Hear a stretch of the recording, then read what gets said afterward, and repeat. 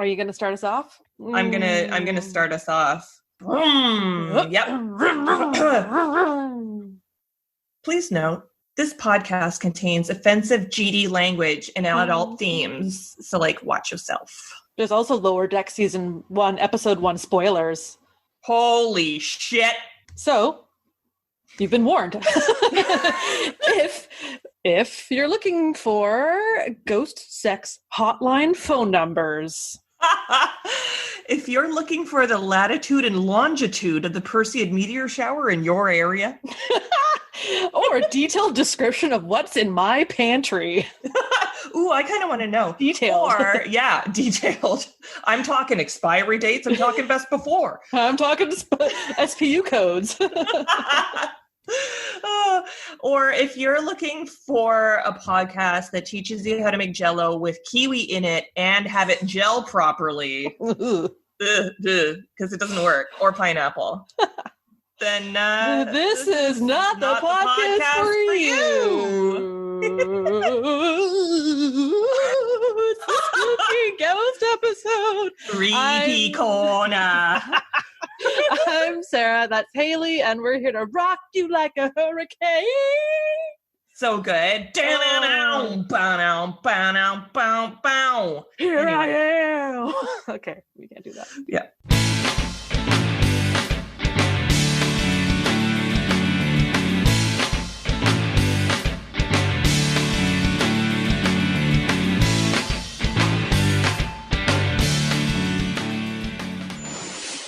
Before we go any further, we would like to thank our sponsors, Fansets. This episode of Rewind is brought to you by Fansets, the place to get awesome pin collectibles.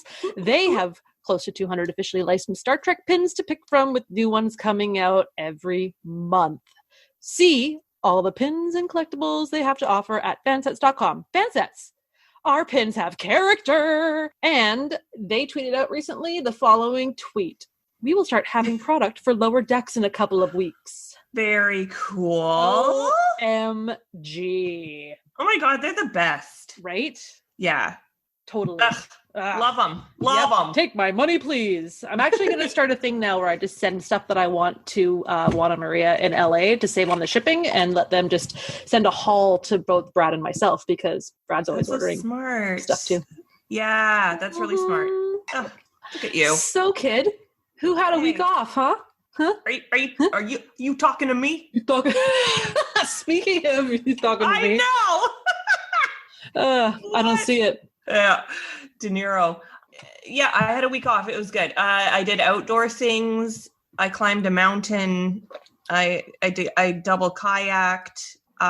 So you had one leg in each kayak, and you were working two, or I don't understand what that means.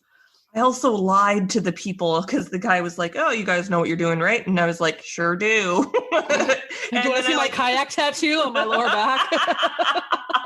I was in the kayak to make sure that I was fitted properly, and then I just kind of kept sitting there. And we were on the beach, and John's like, "Haley, you have to get out so we can push the kayak." And I'm like, "I know that." Anyway, I'm just being a drama queen. Yeah, but it was so nice to just have a week off, and we spent a lot of time at the beach and ate good food and watched. I got to tell you, we watched 2 crap movies. Are you ready for these movies? I'm ready. I'm going to say this, and it's contrary to everything I've read on the internet. Knives Out. Oh, I haven't seen it yet. I didn't like it. I don't know if I would. It's a very stylized style of movie, it looks like. Well, and I'm okay with stylized things. I appreciate Baz Luhrmann type things, like Great Gatsby Wes and Romeo and Juliet. Yeah, that's totally fine. This was just it was not realistic in the least, and you couldn't even have fun pretending. And so we watched that, and we just kind of said, "Ew." It's got a good cast, though, doesn't it? It's got a great cast. So it was disappointing. Anyway, there, I said it. The other movie that I didn't quite enjoy, and maybe this is because I haven't read the book, Interview with a Vampire. I haven't seen it since it was a thing to see that movie. Right. I liked it fine, but I don't think I'll ever need to watch it again. Yeah, and it was the same kind of issue for me. They just pounced right into the story as if I was supposed to know who Lestat was or care. And like at the very beginning, Brad Pitt's character, like his wife dies or whatever, and he's like, now I want to die too. And then Tom Cruise is like, but do you want to be immortal also? And Brad Pitt's like, yeah, okay. Then I was like, you lost me. Yeah. Speaking of vampires, I've been watching a bit more of the show What We Do in the Shadows. Oh, it's so good. I love creepy paper. I love the energy vampire guy or whatever. I just feel like I know that guy so well. Like Guillermo? No, or the vampire, Nandor? the energy. The energy vampire. Colin Robinson. Yeah, he's so good. And he was so good on The Office. Oh my God. So you know how I have some sort of, you know how people have face blindness or whatever, where they're like, I can't recognize the face. I have that issue when men change their facial hair. So I've been watching those episodes with, what's his face? What's his name in real life? I know this. Mark something. Yeah, Mark something. He was in Tim and Eric as well. Anyway, Mark Probst. Jeff Probst. Survivor guy. Anyway, it doesn't matter. But we were watching The Office and John's like, isn't that like Colin Robinson? I'm like, no. But he just had stubble. And I was like, oh, it is him. But like, I don't know. Oh, never seen him in my life. Arizona. Anyway, do you have is that your favorite character? I think Laszlo is my favorite character. I think it's Colin Robinson. I don't know. I need to watch more. Like I have a hard time learning characters' names when I watch a show kind of sporadically, and I'm just kind of in it for the humor. There's only like four of them. I don't know any of their names. All right. Well, I still I'll let don't it know slide. the names for like all the characters on freaking like Enterprise. Like I'm still working. Fair. There's just a lot in my head. Yeah, I get it. I'm slowly letting it leave now that I've written my exam. Yeah. Congratulations. Thank you. What else is that? Anything else? No, I found some pickles that I was looking for. I saw some lizards today. I went to Dan's farm to get some green beans, and there are little lizards on the rocks, the hot rocks. Cute. We have tons of them at the house. Like, yeah. The dog chases them. It's funny. Like we have ones that are like teeny tiny, like the little baby ones, and then we have like buggers that are big. Yeah. Cool. That's all I got. That's all you got. What have I got? I did like a free couple of weeks on Ancestry and did a little digging into my family history.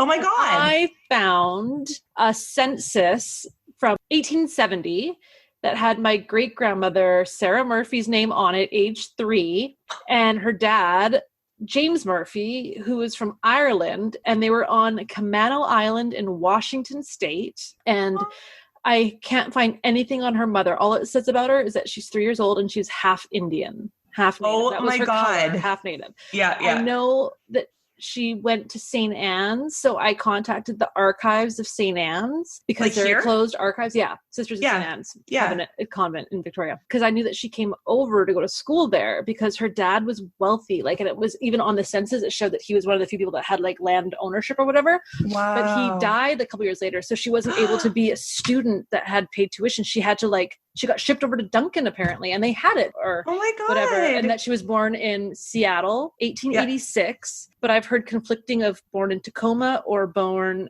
in Seattle King County, like in general. Okay. So there were so many tribes in that area that I can't find out how to find out, because there's nothing about her mom anywhere. So like, why was she 3 years old with her dad and no mom? Was she either like still with her tribe, or did she die from like smallpox? Because that was coming over a lot during those times. But yeah, I've heard Tulalip, I've heard Snohomish, I've heard Skagit, I've heard like there's so many. So I want to see if I can find out more information, but I don't know how. So just reach out to the bands or whatever. Yeah. That's what I would do. That's really exciting. It was kind of fun to see like her name on like a paper from like that long ago, 1870. That is so cool. Yeah. 3.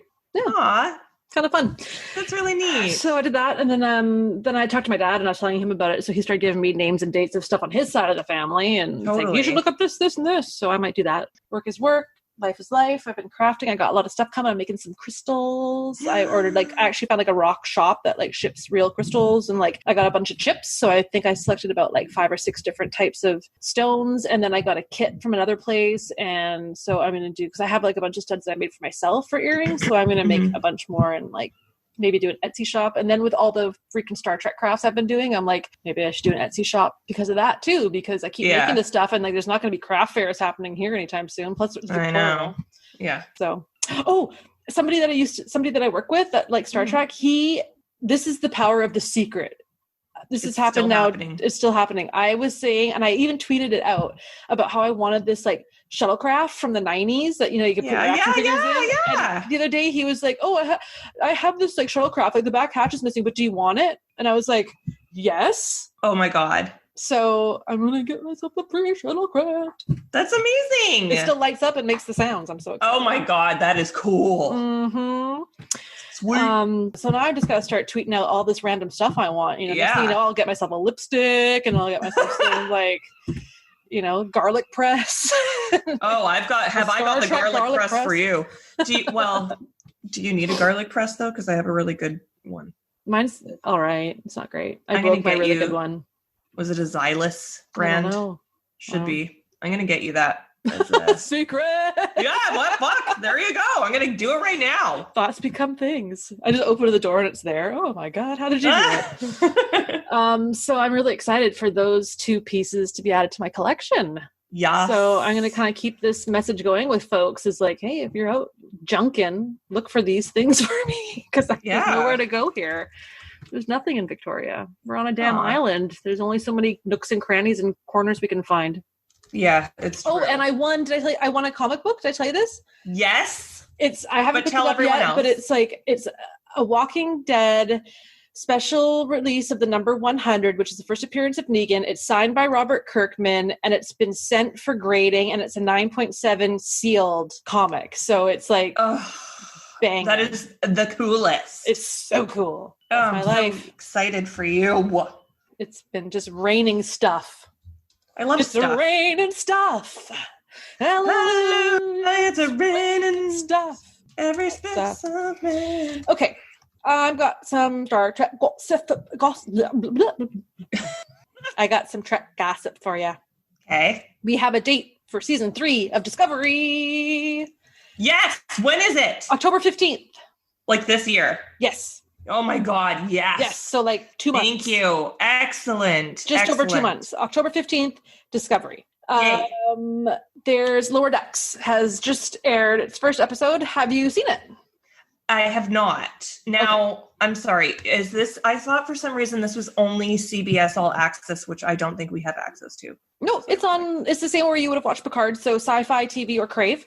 Oh, great. Yeah, okay, so it's Thursday nights. Thursday nights, I think it was at 6:00 on the Sci-Fi channel, if you have the Sci-Fi channel. Yeah. Of course. And so that's going to be running every Thursday. And by the time that's finished is when Discovery will start. So everyone's kind of freaking out of like, oh, we have 23 weeks of new Trek happening right now. So the first episode came out and I saw that they were going to be doing like a special launch of like t-shirts. And they're doing a t-shirt for every episode. And if you sign up to receive all t-shirts, you get a free t-shirt. And they're all like limited edition. But it costs a lot of money and it's like American money. And I'm just like, unless I can law of attraction those t-shirts to me for free in a medium, that'd be great.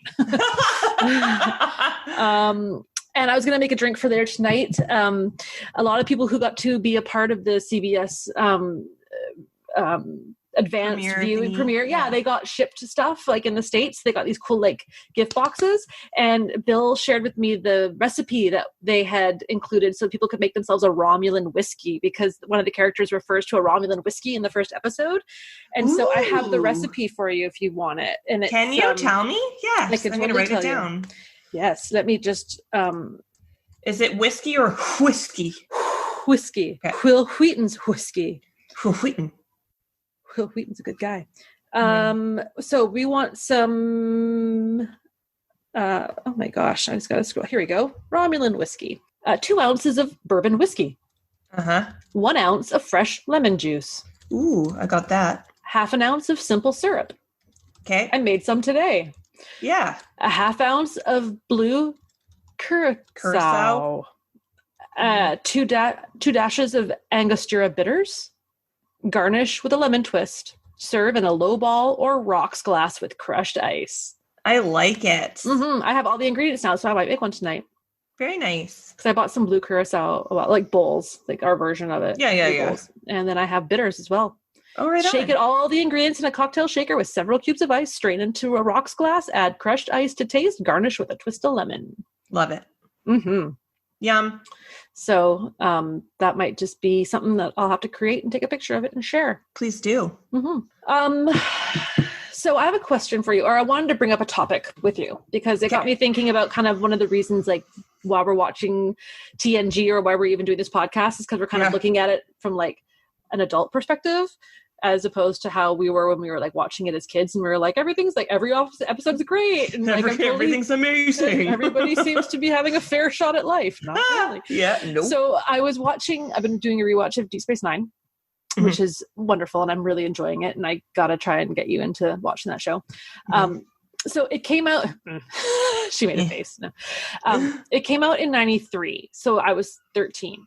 Yeah. And I watched the first 3 seasons like crazy and kind of stopped as I hit my mid to late teens, as you know. Like, same story. I moved on. So I never really had a desire to watch it again. And then, like you said, like, it's really political. And so at 13, between 16, I'm not really into that, right? No. So now that I'm watching it again, I was like, holy shit, like this is so... I have such a different perspective on it for so many different reasons. Like when I was 13, I thought Dr. Bashir was like the cutest thing ever. Yeah. And I loved him in season 1. And now I'm watching it and I'm like, what the hell was wrong with me? Like his character is a problem in season 1. He's like, you watch it and you just think at 13, like, oh, he's just a cute boy who's just being annoying to women because he likes them. Like, you know, that's kind of how you're raised. Like if a guy's being mean to you or something, it means he likes you. And in the first season, like he's like super aggressive towards Dax, like asking her out, like stumbling over his feet, be like, are you sure you don't want to go out? Are you sure? And she's just kind of like, not interested, like not interested. Off. And then he's like in every corner, like popping up for like the first few episodes of being like, like all into her and not taking, and you're the doctor. Like she has to go to you if she needs medical assistance and you're like being super creepy. Yeah. And so I was just like, oh, like obviously his character gets a lot better and it's character development and it is what it is. Sure. But I was just like, she's not interested, dude. Like, leave her alone. Like, if that was me, I would have just been like, fuck off. And then, like, when I was 13, like, I always liked Troy and Dax because they're so pretty. Yeah. And I wanted to be pretty because I was, like, awkward and chubby and bad teeth and headgear and all that stuff. And so I just looked at those characters as just literally something pretty and didn't really pay attention to their personalities and stuff, right? And then and so I didn't like Kira because I thought like, oh, Kira's got like short hair, boy hair, which I wouldn't want, and then she's like the super loud aggressive one, and she's like, you know, she's the business, like, you know, tough one. And now I'm just like, she's a total babe and she's badass and she's the best character ever and she means so much for women. I'm just like, like what a difference. So as I was thinking about that, I was like, oh, I wonder what Haley's thoughts are on it, because I know we've joked about it from certain episodes, but like, is there anything that's really stood out to you with some of these TNG episodes? No, I felt the same way. So Troy, so it's funny. I always thought Troy was like the prettiest, right? Mm-hmm. And I didn't like Crusher as much. Also, probably because I didn't like my own hair color, which is like it's like strawberry blonde. I just, and also like her makeup was so bad in that show. I mean, we talked about this last time, but brown, everything. But, and now when I'm watching it, I can like still the makeup is bad and they're overdone and all that kind of stuff. But it's not so much that I'm paying attention to their personalities, though Troy is kind of annoying and self-indulgent a little bit. And Crusher's more of a helicopter parent than I expected. But they're both pretty in their own ways. Mm-hmm. And now I know the secrets. Like Troy has a fucking hairpiece in, like no one's hair looks like that. Yeah. Her eyes aren't actually black and stuff like that. But that's interesting. And I am noticing, you know, as we've talked about before, like the sexism in the show. And or it's how just so obvious and gross, but that's how things were back then. Like, it's okay. Yeah. The thing I noticed that people have mentioned before, and I never really saw it until I started watching a lot of this stuff, is how the only way they were able to advance the female characters was to have them be victimized in some way. Like, how many times was Troy's mind probed and she was forced to do something, or she was the victim where she had to be saved, or even Dr. Crusher in the episode we're talking today is the victim, and it's the only way you can like. And that's why I think now watching, I'm so excited for Deep Space Nine, is because like it's such a dark show and I'm just like a dark, bitter person now as an adult. Like, not really, but like, it's just like, you get it's more serious. It's more serious. Like, you're seeing like the Odo and Quark, like, who love each other. And that's just such a very realistic thing of like the swindler and the cop. Like, how do you become friends? And then you have like Chief O'Brien in like a really bad marriage who's miserable. And you're like, well, that's relatable for people who have the stresses of trying to co-parent a kid and both have jobs. And then you have like Kira, who's like this total badass who's just trying to like save her country. That was basically like dealing with their own version of Nazi Germany because the Cardassians had invaded them. Like, it's just, it's actually like, oh my God. Like, I think as an adult, like, I get it now why people love this show, is that it's just so much more realistic, and it's not all rainbows and ghost sex. Can I ask a question about Chief O'Brien? You said Chief, right? Yeah. Yeah, because he's chief engineer, right? The marriage thing are you talking about Keiko? Yeah. Oh, I didn't know that they went downhill. Yeah, they do and they don't. I mean, they have a lot of fights, and like, especially in the beginning, she hates the station, doesn't want to be raising their kid there, and like, there's nothing for her to do there, and she's kind of like, isn't she a teacher? Can't she just be a teacher? That's what she started to do there. She opened a school, and like, there's just a lot that I think a lot of people kind of make comments about it. I mean, I see it's very much makes me think of the same with like Breaking Bad, Skylar and him. Like, there's parts of you that it's like, I understand where she's coming from, because at one point she had a normal life with a kid, and now suddenly there's like danger and bullets everywhere, and she's kind of like, I didn't sign up for this, but at the same time she kind of knew what was going on and she chose to stick around. So piss or get off the pot. But totally, I kind of feel like part of me wants to be like, just give Keiko the benefit of the doubt and don't automatically choose his side because you like him. But at the same time, it's like, anyway. I get it. Okay, cool. I wasn't sure if it was the same duo. Chicky? Yeah, same Chicky. So we did a really random quiz. Did you end up doing it?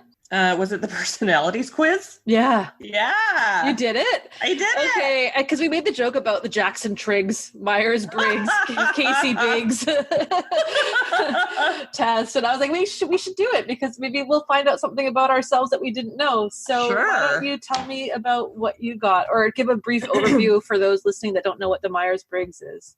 So Myers-Briggs is a personality test that I think I first did it in high school, probably in like one of those like career and personal planning. Like, who are you when you're 16 years old? And also, what do you want to do with your life? You better choose now. Like, you're not going to get into college and you're going to be on the streets. So a van down by the river. I'm in a van. At least I own a van near a body of water. Gas is expensive. It is. I just filled up today. Anyway, also, I'll tell you as an aside, my car is like a fancy Honda Civic or whatever, right? Or it was when I bought it 2 years ago. And the doors automatically lock after I've been out of the car for like a hot minute. Anyway, so I'm like putting in all of my deets in the at the pump, and I go to open my gas tank, and it's one of those things where you just kind of, it's on a spring, so you just hit it and it pops open. It's not like anyway. It was not fucking opening. It was like clicking in, but not opening. And I'm like, what the fuck? And so I'm thinking, okay, like I'm going to get my key and like fucking pry it open. Like I need gas. What the fuck? And then I go back to, I go to leave, and then, the car unlocks, and I was like, wait, I wonder if it's to do with the car being locked, because if the car is locked and it's that easy to get to the gas, like you don't want to, it was that dumb. I also left my car window open on the street in Vancouver, and it rained. It rained harder than it's ever rained in August before. Oh no. Yeah. And like on the side, like the little armrest with that little hole where you could put a chapstick or whatever, it was just fucking filled with water. And anyway, nothing was damaged, but I just thought, like, for fuck's sakes. Anyway. What's next? All to say, the personality quiz gives you a 4 letter sort of box that you fit into depending on how you answer these questions. Mm-hmm. And so I am an ISFJ. ISFJ. So introvert.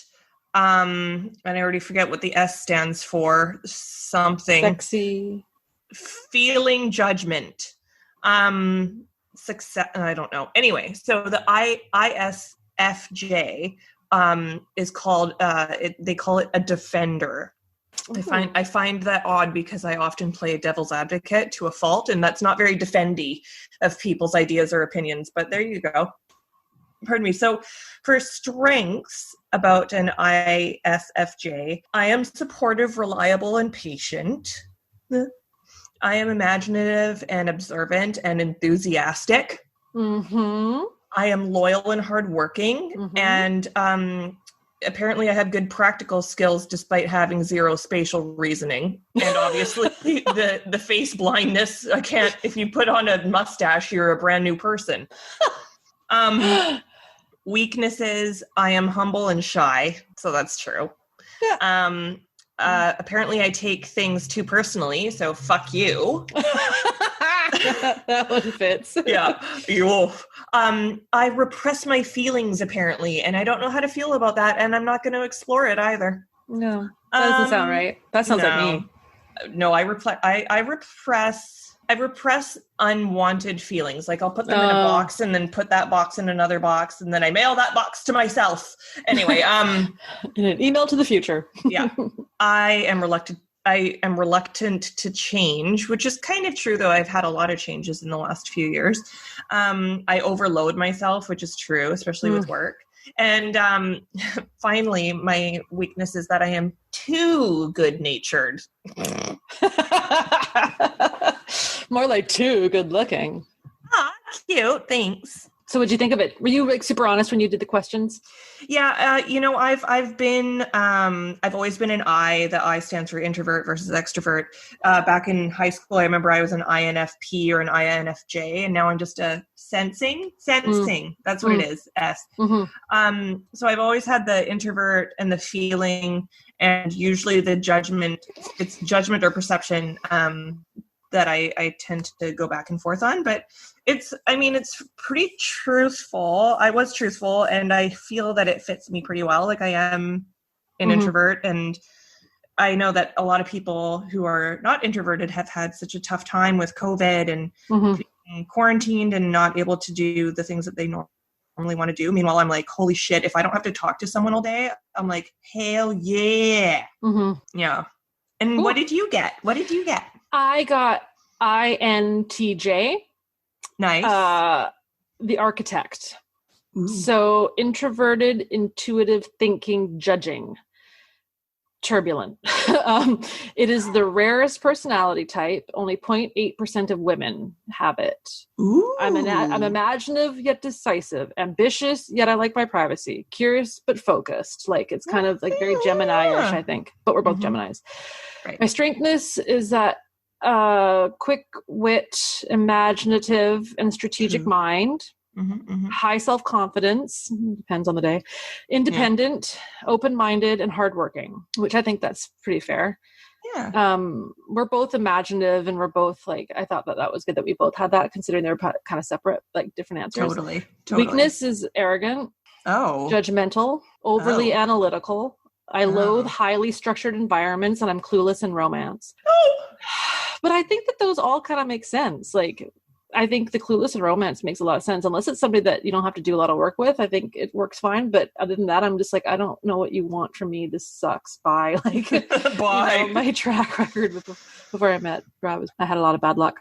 I don't like highly structured environments. That's again, it depends. I think a lot of it's dependent on the situation. Like I have a big respect for authority, but I also will not do well in a structured environment if people at the top don't know what the fuck they're doing. Like, totally just fair. Let me take over, because that's the over analytical side of me who like looks too into it. I definitely can be arrogant and judgy, so that makes sense. That's what I love about you. Just try to lock it up.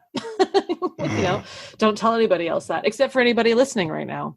Shout out to my dentist if you're listening. He said he might check it out when I went and got my filling done the other day. That's so nice. Thanks for the tooth fixing. I was in and out like a hot minute. One. Nice. I remember that story. I remember those texts. Oh, all right. Well, that was fun. I like that test. Yeah, thanks for sending that. That was cool to learn a little bit about. Yeah, I want to read more about like what it says, because it gets into specific stuff about like what kind of jobs are suited and what's like, how are you as a friend? How are you as a colleague? How are you as a lover? Have you ever taken an aptitude test before? I don't think so. I took one a few times, and the very top result every time is a clinical ethicist. So basically it's somebody who works in a hospital who's not a doctor, but helps doctors and patients and their families make difficult decisions, because apparently I'm so cold-hearted. Oh, I can remove myself, and help them choose a difficult treatment or something that they don't like. I can just remove myself. That's why I wanted to be a coroner. Yeah, that's why we'd both be like really good Olivia Bensons. Totally. And like, even there was a child death review coroner that came up last year, and I was like, I could do that. I have all the qualifications. And I just thought, well, like John was like, I wouldn't be able to talk to you about your day. Like, I wouldn't want to hear about it. And I was like, I guess. Yeah. Plus I don't want to be on call. I don't want to get called at 3 in the night to go look at a body, like a dead kid body. Yeah. 9 to 5. Working 9 to 5. Without a flex day working. Anyway. 9 to 5. More like 7 to 7 for you. Oof. All right. Sub Rosa. Sounds like a really bad restaurant. Ew. You can get subs there. Ew. Or rosé. The sauce, not the drink. Ew. Yeah. Both. Oh, gross. All right, here we go. Grandma was a healer, but obviously she couldn't heal herself. She's dead. Bye, Lisa. She dead. She dead. You are dead. Boop, boop, boop. So, Dr. Crushen is rocking the orange blush and hairspray. Not horrid, but it takes away from her natural beauty. Again, we're broken records about this. Yeah. Troy is watching Crusher cautiously, and Picard stands strong, just desperate to reach out and ravage Beverly and turn that frown upside down. But wait. There's a handsome mystery man who I know and love as Dracula in the movie Monster Squad. The sexiest Dracula, in my opinion. And also, he lives here on the island and is an accomplished artist. Fun fact. The actor in this lives in Victoria. All right. Wait, he's in his mid-30s? Really? That's the age the mystery man who threw a flower on the grave? He gives the doctor sexy eyes, and she picked up on it fast. She's not on Earth. She's in Cougar Town. Wait, is this Earth? I don't know. I got to pay attention. Okay. Picard is talking to the mayor who's in charge, and they are discussing Scotland. Beverly heads to Nana's house. The house is rustic, but like it looks so rustic that it probably has a lot of bugs and spiders. Ew. The doctor and Troy are reminiscing and talking about family, and then they spot a candle, an heirloom. It's been in the family for ages, she says, and she's going to keep it that way. She's going to keep that candle. She's going to light it. She's going to put on some very white, and you know the rest. Troy leaves, and Beverly is alone in her Nana's place looking through her books and then her journal. She's snooping. A man sneaks in and blows out the candle, and Beverly comes running down and gets all snippy, and the guy was after the candle. It's cursed. It's gots to go. And Beverly puts her foot down and kicks the man out of the house. Howard women are stubborn, he warns, and he washes his hands of them all. You know what, bud? You could have brought this up earlier. If you were so concerned about the grandmother, you'd have contacted her granddaughter, right? Or like intervened with the candle before. Yeah, blow it out, man. You got a problem with it? Yeah, like obviously the grandmother's not going to be able to run and stop you from blowing it out, like, or take it. And also the candle is ugly. It is. Yeah, it looks like a tin can that had like beans in it earlier, and you put some holes in it. Totally. It's no charmed aroma candle. I'll tell you what. Want one of those too. Yep. There you go. They have Winnie the Pooh ones now. Oh. And a golden snitch. Yeah, I saw that. Yeah, I'm not really into it. So the mayor alien dude is up on the ship. No, he's not. This is his planet. I got confused. Getting some upgrades, and they've discovered a storm system is coming, and there's some weird readings, and Geordi wants to fix it, and Data is going to do a diagnostic, and Geordi says, don't worry, we'll keep you dry. That's what he said. Dr. Crusher is telling Picard about her Nana's lover, and Picard is super interested in hearing about it while commenting inappropriately on the Howard women's libido. Inappropriate, boss. Yep. And then he says 30s, and yes, he should be concerned. Or should he? 30s. So Crusher is in bed with full makeup. What? Wash your face, lady. Though I'm not one to comment because I go to bed with makeup on all the time. Yeah. Wait, the blanket's moving. Her shoulder is exposed. She is not consenting to this. She wakes up after hearing a voice. So Troy and Crusher are talking the next day, and she's telling her about the caresses and the touching, and Troy is wanting all the details. It's a really awkward and uncomfortable conversation. It's not how women talk. Yeah. God knows if it was you and me talking about a dream, we'd be like way more raunchy, and totally. there'd be a big plate of nachos somewhere on that table. Thank you. Yes. So Crusher's like blushing about her touchy dream. It's making Troy jealous about how all erotic it was. These ladies need to get laid. I'm sorry. There's holodecks. How are you not banging it out after every shift? Right. So Crusher's now back at the cemetery, and she's apologizing to the guy who was her friend of her grandma's, the guy who snuck in the house, and she's apologizing, and he's super forceful of the fact that the house is haunted. The candle can't be lit. He won't live in the house. The guy's on a roll. He says it's a ghost that's causing the weather issues and creating all this trouble, and she thinks it's an overactive imagination. And you know what? I get it. But then thunder and lightning strikes right then. She rushes through the obvious California movie set, and then boom, lightning strikes my libido. We see Worf with the long hair, and they're talking about the storm, and things are getting wet. There's cumulonimbus activity. All right. Beverly rushes into the house out of the rain and spots flowers everywhere. So, like, if a guy, like, leaves a flower or, like, a bouquet, that's nice. That's cute. But this is downright frightening and, like, something like a horror movie. And what if she's allergic? Sorry. Bless you. You're allergic. There's so many flowers. Even Haley's affected. Oh, my God. And so Beverly starts seeing things. She's like the ghost in the mirror, and she's like getting felt up by the ghost's presence, and he won't let her call the Enterprise. He told her they're becoming one when to become one. We're Spice Girls. Oh, love it. The next day, Troy shows up in her workout gear and is questioning Beverly. You're seeing someone. Like, yeah, you're a telepath. Of course you're going to say that. She accuses it with a smirk, though. I'm not seeing anyone, she says unconvincingly. Like, yeah, okay, maybe I am. And he's invisible, so. Troy can sense those nasty thoughts, and Beverly gives in and tells her about Ronan, the dude that was her grandmother's lover. Apparently this dude is passionate. If my man left flowers like that and then told me I couldn't call up to my spaceship, I'd scissor kick my way out of that house fast. You hit the boss of me. Crusher, I could never do a scissor kick with my back. Oh my God. My hips just aren't that, like, nimble. I get you. Yeah. Okay. Well, maybe when I was 20. Crusher confirms that she's not in love. She's just intrigued. I hope she's not in love. It's been like 12 minutes. I know. So there's fog on the bridge. It's super badass. And now I want a fog machine. It just kind of rolled on us, says Riker. Oh, ching. Yes. How'd Ned get on the ship? Is that the ship? Where are they? Data goes, oh yeah, they're in that thing that's on the planet. So I got so confused with it. I'm like, are they on Earth? It's not Earth. Where are they? So it was badly all on done. The planet. Yeah, it was bad. So Data's helping them because that old guy Ned is dead. He was trying to shut down the weather system, and he got like zapped. And he's not a mayor; he's a governor. So another thing I didn't pick up on earlier. Yeah. Beverly is like, oh my God, there's like plasma discharge. Yes. She says to take Ned's body to the ship. She's not going to go because she wants to go see Ronan. And she like runs into the room, and he's like, did you miss me? And then he like cups her chin, like this creepy, like turns her head. And I was like, have either of these people ever been in like a semi-romantic scene of anything before? It was really just uncomfortable.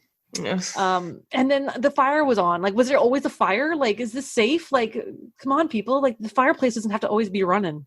This is a planet that's like being controlled by a big computer. Like, figure it out. Yeah.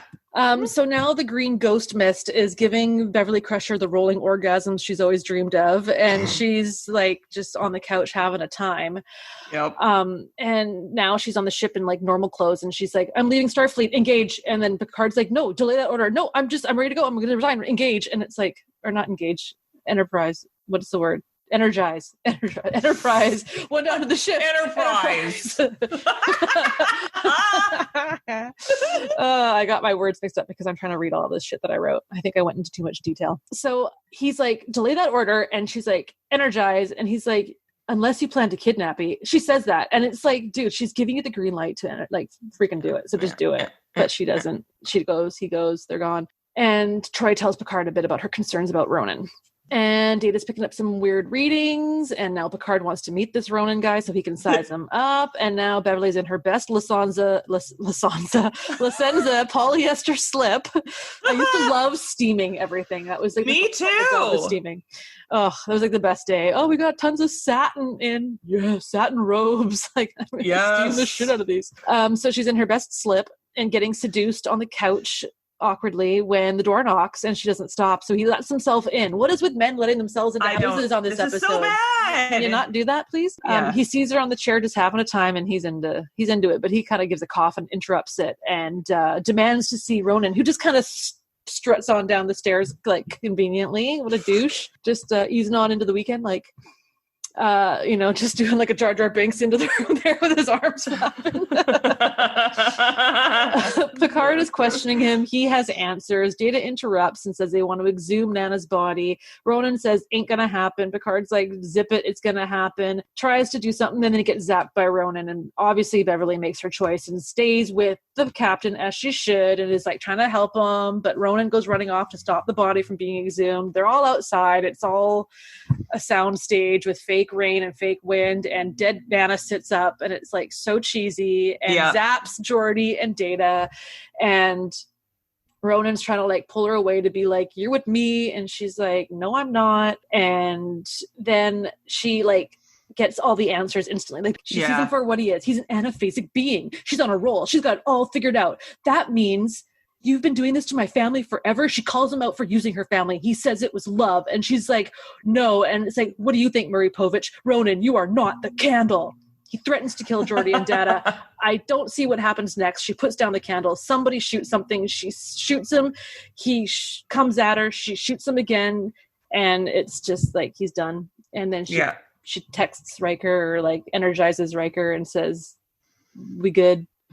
And then she's like on the ship now in 10 forward with Troy again. Get back to work, ladies. Telling her the backstory. And Beverly said she's a little sad. And Troy wants to know why. And Beverly said, he made Grandma very happy. So she's like, sad that she killed him? Or is she sad that he existed? Or what? That's not an answer. Wait, it's over? Oh, okay. Yeah. Good episode. I was like, this is dumb. So what did you think? So here are my notes. First of all, graveyard funerals. We don't really do that in Canada. I don't know why. Graveyard funerals. Yeah, the funeral at the gravesite, and then like the grave goes in.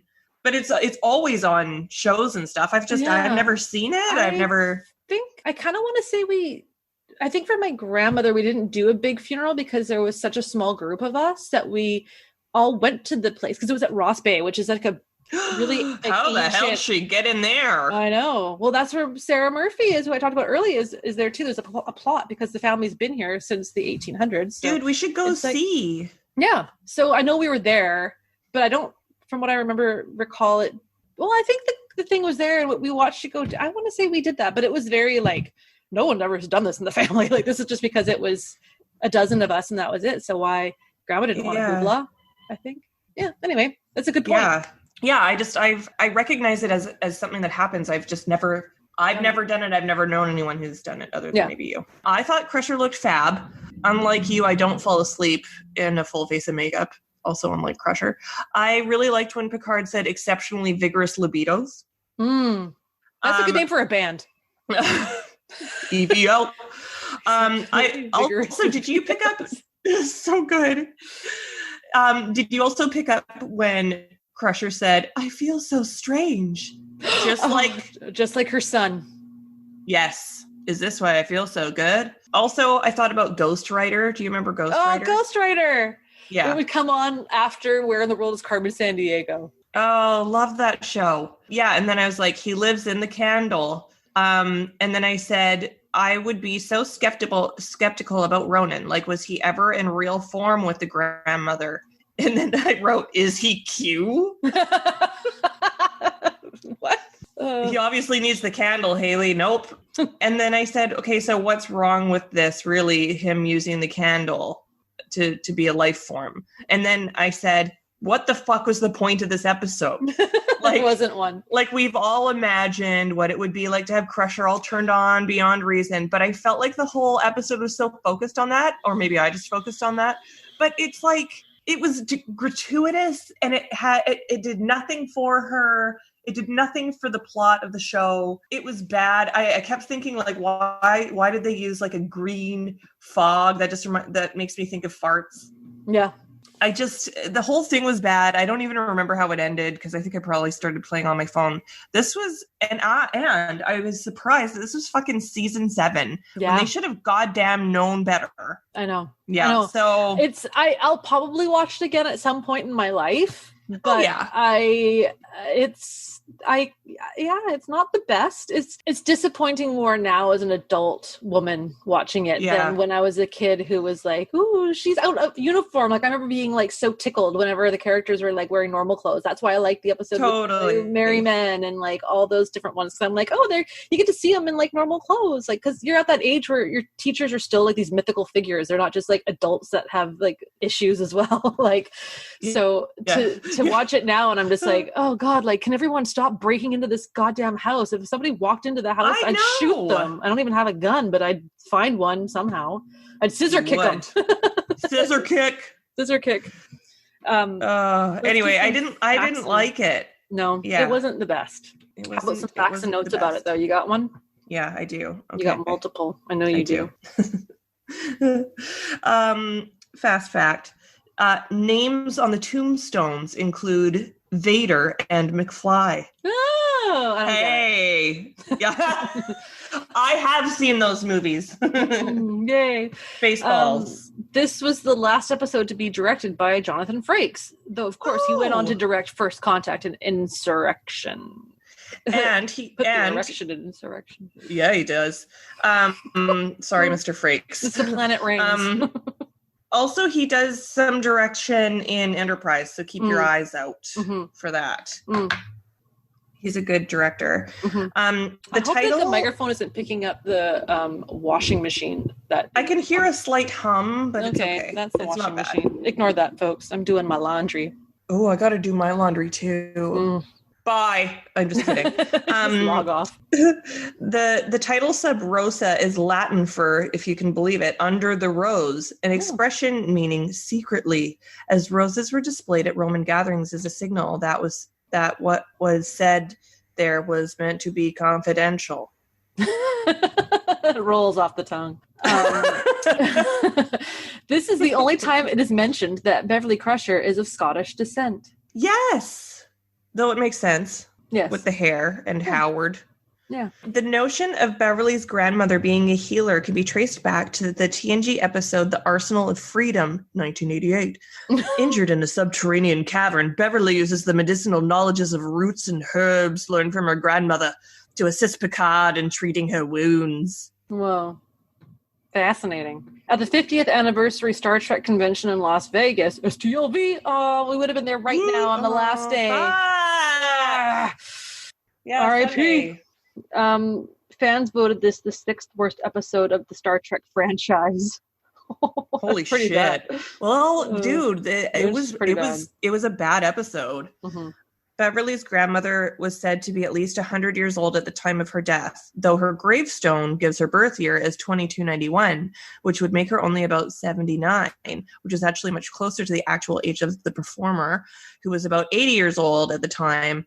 Interestingly, the actress would in fact live to be over 100 years old. Good for her, Ellen. Ellen Albertini Dow. Played the grandma. Very cool. Deanna and Dr. Crusher are inside Nana's house after the funeral service. Deanna tells Dr. Crusher that she will head back to the ship. Then Deanna exits the house through the front door. Why? Can't she just tap her comm badge and have the Enterprise transport her from inside the house? Is there an unspoken transporter etiquette which doesn't allow a person to beam directly in or out of a person's house? Well, people can open the freaking door all as much as they want, so why the hell can't they just start beaming in? Yeah, That's totally. a good question. Enterprise. Attention, engage. Enterprise. Beam me out. What? Beam me in. Beam me down. After the funeral at the beginning of the episode, Dr. Crusher asks Deanna to come with her to her Nana's house, and they both leave the cemetery together. In the next scene, though, Picard is talking to the governor, and they arrive at the fence, and Deanna can be seen in the background roaming the cemetery on her own. Yet in the following scene, she arrives with Dr. Crusher at the house. I love that continuity error bullshit. I love it. It's like my favorite. She's just roaming around a cemetery, but I got lost. The premise of the story revolves around the women of the Howard family, from mother to daughter. However, traditions of Scottish history would dictate that the women, when married, would no longer be Howard women, and neither would their descendants. Yet, oddly, 800 years later, Beverly's grandmother is still a Howard. How this is not explained.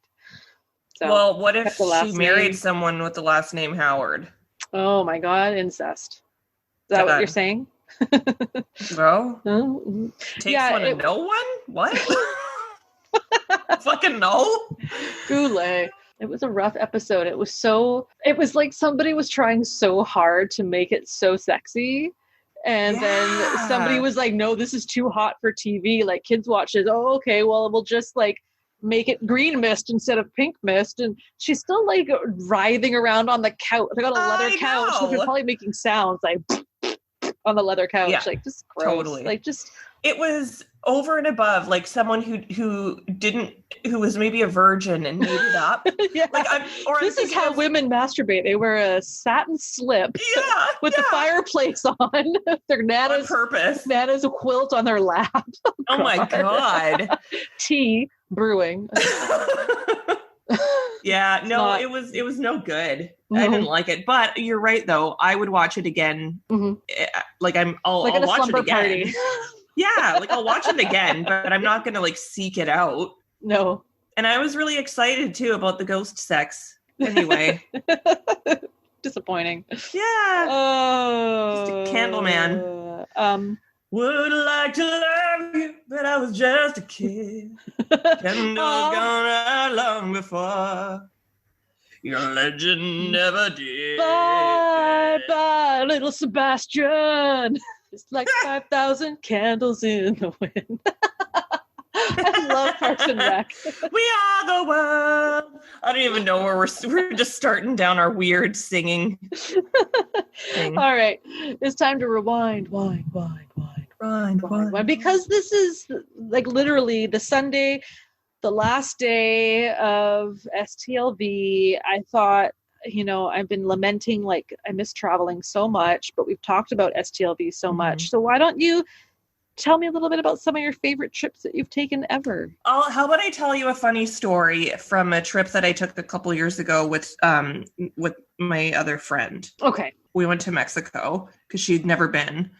She's like, let's go to Mexico. And I was like, okay. And when we checked in, they were like, yo, here's like a 40% off coupon for the spa, but you have to use it within 24 hours. And we're like, okay. So we look at the brochure and we're like, okay, like everything's $150 for like a massage. I can get that at home, like put in for it because I could just get an RMT and get it covered or whatever. And so we ended up looking at these package deals. And there's this one that was like, you get access to all of the amenities and pools and hydrotherapy. And then you get an hour and a half massage for 2 people. So it was called the Romantic Spa Getaway. And we're like, whatever, let's just do it. We get to the spa. Like, this was a gorgeous resort. Like, this was such a nice resort in Mexico. And I felt like an asshole the whole time, but whatever. We get there, put our bathing suits on. There was like 2 pools inside. One was really quite hot. And the other one was like ice cold. And you just go in between each. And then there was another pool outside that had a bunch of different spraying things depending on the intensity and location you wanted it to be in. What and they was had spraying on you exactly? Water. Okay. Yeah. The hand gestures you were giving, for those who can't see, was very much not. Is she skiing or is she in a gay? Does she have a shake weight? Yeah. Oh my God. And so it was really nice. Like the cucumber water and like apples. I don't know. They're green apples, so my fave. Like infrared sauna, steam room, showers that had like infused like essential oils and shit. Anyway, it was great. So then we get called to the massage room and they're like, oh, are you wearing your swimsuits under your robes? And we're like, no, because we're getting a massage. And they're like, oh, well, you have to go put them on because like you have to go to the jacuzzi first. And so if you already hate putting on a bathing suit, I'll tell you right now that there's something worse, and that's putting on a fucking wet bathing suit. Oh, a one piece. It was impossible. Oh, there's jumping. Oh. There's snapping. There's ripping. Red marks. Yeah, it was just bad. So we're back in our swimsuits, and we get to this private room. They open the door, and there's like the room is massive, and there's 2 massage tables, and like the lights are dimmed, and there's a jacuzzi that's sort of sunk into this stage, and the 2 ladies like take our hands and they lead us up these like steps to the stage to get into the jacuzzi. And like, so there's a stage and it's like on a stage, but in a stage. Anyway, it was a very odd room. It's being filmed for somebody on some weird website to watch. Yeah, totally. Well, it could have been. There was a lot of places things could have hidden in there. And so anyway, we get closer to the jacuzzi, and it's like quite obviously like a single size jacuzzi. And I'm like, okay. So we like try to jam in, and like we're sitting across from each other, but they like insist that we sit next to one another. So we're like knocking knees, and like, they're like, put your head back, and like they give us these nice head massages, and then they put a cool cloth over our eyes, and then we heard this champagne pop and pour. I know. And then they take the cloth off of our eyes, and they gave us our glasses of champagne, and then they walked to the door and they said, we'll be back in 20 minutes. And they turned off the light and left. Because it was the romance package. And so, I know, it's just so, like, my girlfriend's like, what the hell are people supposed to be doing in here for 20 minutes? And she's like, this jacuzzi is kind of cold. I'm like, people are supposed to be getting it on. And so, anyway, so we just drank the champagne and talked about boys. And they came back in 20 minutes, and then we started our, like, hour and a half massage.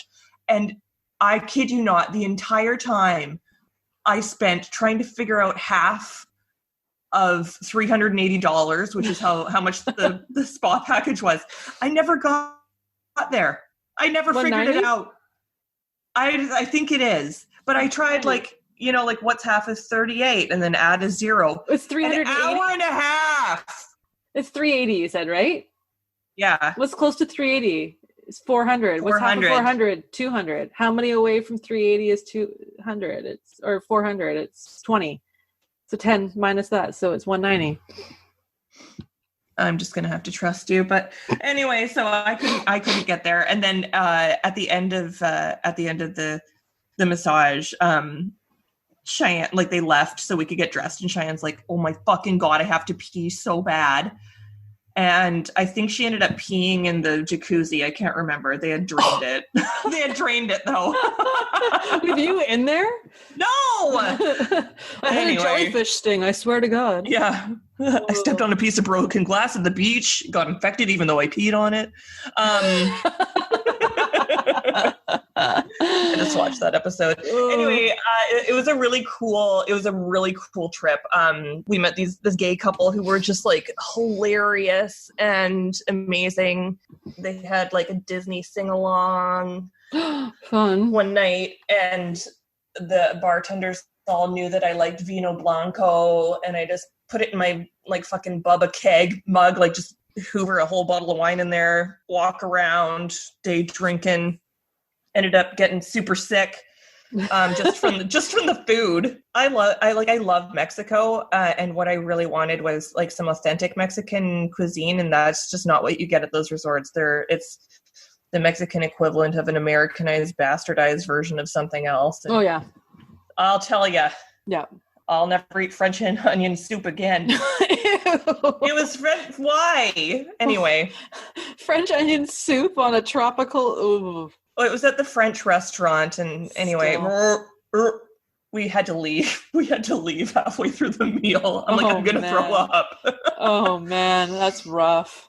Yeah. Anyway, I've only really been to Mexico and Hawaii and Vegas mainly as my main trips. But I mean, I'll go into Thailand another time. That was like life-changing. Oh, we were recording when you were on that trip too.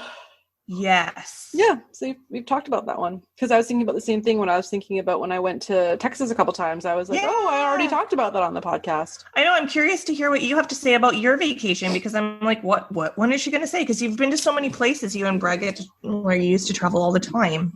I know. I don't think any trip specifically would be like the winter because there's been so many cool things. Like when I was 16, I went to Liverpool and got to go on a Beatles tour that took me on a magical mystery tour to like Penny Lane and Strawberry Fields and their houses that they grew up in when they were kids and on the Albert Dock. We've, like Texas was rad, like going to Waxahachie, which is like a really small little town, and found that like random antique store full of Trek stuff, and I couldn't fit it all in my luggage. It was like a struggle, but the struggle worked. In the house that Airbnb we stayed at that had cats everywhere, and it was like the door didn't lock. It was creepy. And we went to San Antonio and stayed at that haunted hotel, the Menger Hotel, next to the Alamo, and saw the Alamo. Going to the Motown Museum in Detroit was rad. I like going to Arizona when we stay at Brad's parents' friend's house, so we have like our own pool and our own house to stay at, and it's just like super relaxing because most of our trips are never relaxing.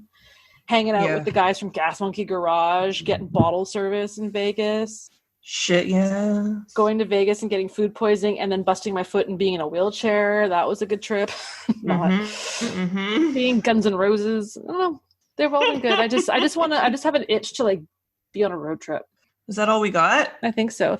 Yeah, that's all I got. I'm kind of like, I'm tired. I'm winding down. It's because I haven't had anything to drink either. This has been a sober broadcasting. It has been. It was too early to start drinking. I'm like, it's like 2:30. I'm like, that's not going to happen already. But well, that's lunch drinks. Yeah. I feel like this episode didn't give us the energy and excitement that we wanted it to. It actually was a bad skip it episode. For a rating scale, I'm going to give it fog, rolling it 45 minutes of fog and 55 minutes of green fart gas. Oh, God. Just stinky and bad. Muggy. It's a muggy episode. It was bad and they should feel bad. They should feel bad. Can we get a formal apology online for this episode? Yeah. What are we going to do next? What do you want to do next? Well, I think so I picked the last good episode. So why don't you pick a new good episode? Okay. I have two choices. It could either be one that I think it's really, really good, but it's actually considered a skip it. Or I have one that everyone all agree that is like a really, really good episode. There's the one Rascals where when Captain Picard, Keiko, and then they're turning into kids. Yeah. And they're running amok on the ship, which I love that episode, but it's a skip it by some people's standards. Or Lower Decks, season 7, which is my favorite episode of all time. And that's the one where you get the perspective of the ensigns on the ship. And it's sad and it's good. And they're both to me win-win episodes to watch. So... Well, I really feel like I don't want to like jinx anything, but I think this podcast is going to be around for a long time. And I think we'll probably end up watching both of those eventually anyway. So let's watch Rascals. Okay. Because it's still sticking with the theme of like, it's a skip it. Yeah. According to Bill and Dan. Well, what do they know? I know. Well, I mean, they've been spot on with some of these. They did warn us. That's true. You guys shouldn't see these episodes. Well, we're going to watch them. You can't tell us what to do. Oh, these are horrible episodes. I want to quit the podcast. I know. Oh, I don't want to. Have you seen it? No. All right. Well, this means, though, if we're doing Rascals, you're going to have to do the synopsis of it. Which I think would be really fun because I could probably like say the whole episode line for line right now. I think it'd be really good. All right. So take whatever approach you want. If you want to keep it brief, if you want to get specific, this is your one. I just act out one man show, the entire thing, the whole transcript. Yes. I'm excited for this one. Okay, cool. I like it. Good idea. Yeah. Okay. Yay. Well, I'll close this out. Do you want me to close this out? Yeah, I got nothing. I got something I want to say about the Trek Geeks Podcast Network. They got a lot of stuff going on right now, like some new shows, like Discovering Trek will be doing Lower Decks. Actually, we're going to be recording episode 1 tonight. That's going to be with Bill and Dan and Casey Shafsky. You know about 5 Year Mission. You know about Politrek's Game Night. But have you heard about Science Station 2, a Star Trek science podcast? That's coming soon. As is Infinite Trek, another one on the network. So they have been announced on Twitter, so that's very exciting. I just would like to say thank you to our supporters on Patreon. If you are a Patreon supporter, that's super awesome, and we love that. If you aren't and want to know more about it, go to trekgeeks.com, find the link, and you'll get more information, and you'll get access to unedited versions of the episodes and some other cool stuff. Thank you to 5 Year Mission for that awesome music that you get to hear. Check out their show. They got new episodes coming out all the time, and they're super funny guys. Thank you to Fansets. Thanks, Bill and Dan. Thanks, Haley. Just for, being you. I love you. Love you. I want to sit in a tepid water tub with you and drink champagne sometime. We should go. Lights on and then off, but then on again. And then we find a dimmer and make it nice so we don't get like headaches. Yeah, well, the lights were off, and I forgot to mention that there were like those little like pin twinkly lights. Oh. Yeah, like in the it was actually really pretty, and I was like, damn. Anyway, nice. That is romantic. Yeah. Facebook, there's Camp Kittimer. It is a great place to go to talk Trek and not have any douchebags saying mean things. It's a very positive place to be. For us, you can find Trek Rewind on Twitter. Of course, it's Trek Rewind. And you can also use our code at Fansets to get 15% off. It's Rewind in caps locks. REWIND. Rewind. Rewind. Oh, all right. Well, all right, girl. This is it for a Sunday. We did it. Okay. Another one knocked out of the park. Yeah. It was a riot. All right. Oh my God. All right. Love you. Love you. Bye. Bye. Bye. Music for Rewind is provided by 5 Year Mission. They're writing an original song for each episode of Star Trek. Hear more of their music at 5yearmission.net. Rewind is a production of Coconut Media Works. Executive producers Bill Smith and Dan Davidson. For more great Star Trek discussion, discover the other shows of the Trek Geeks podcast network at trekgeeks.com or find us in Apple Podcasts, Spotify, or your favorite podcast app.